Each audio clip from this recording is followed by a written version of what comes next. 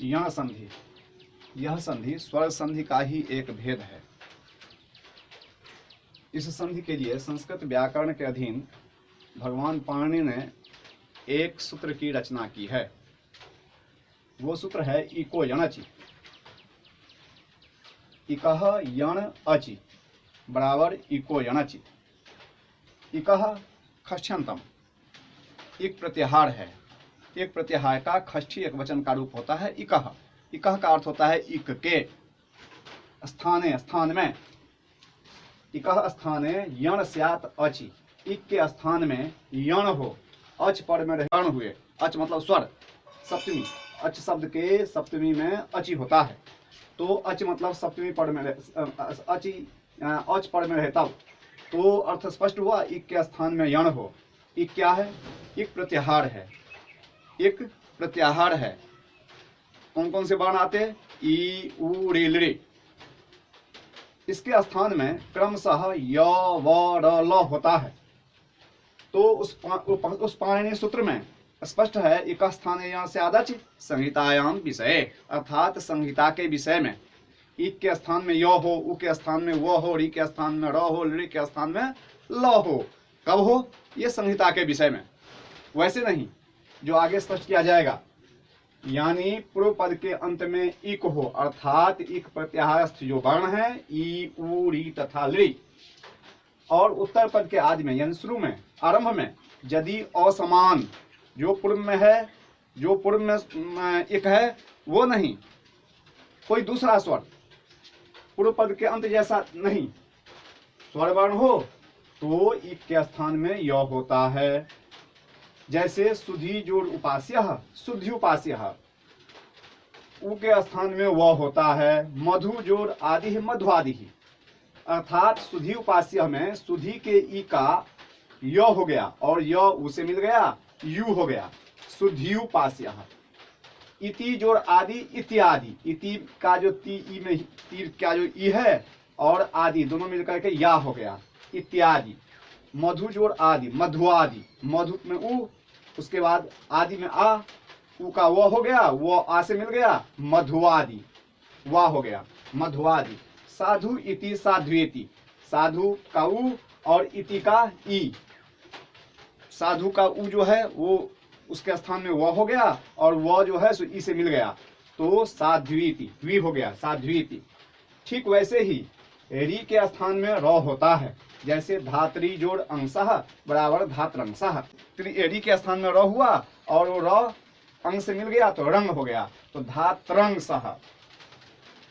मातृ जोड़ आदेशः, मात्रादेशः, मातृ में री, मातृ का री, उसका र हो गया और आ से मिल गया तो रा हो गया, मात्रादेशः।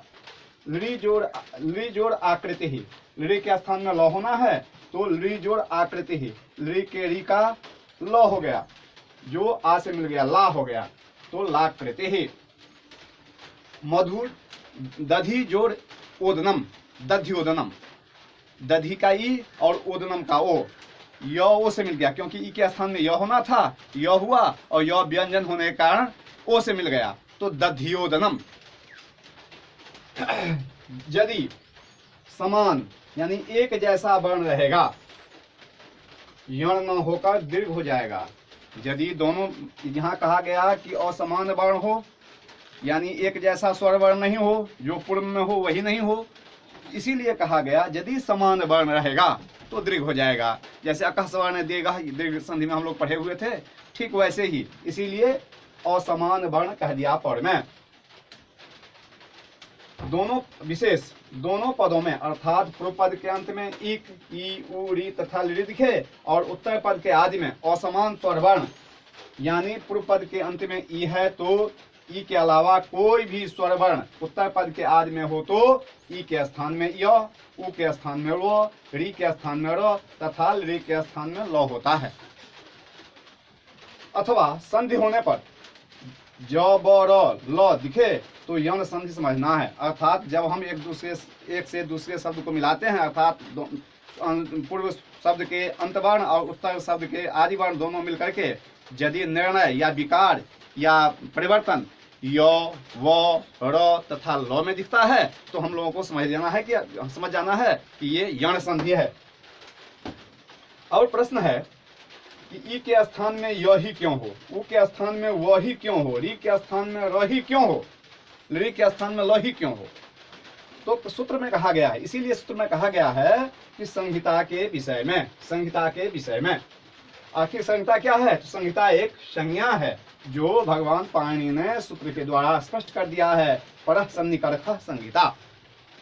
वर्णों की अतिशय संधि थी, वर्ण की जो अतिशय नजदीकी रहता है ना, उसी को संहिता कहा गया है।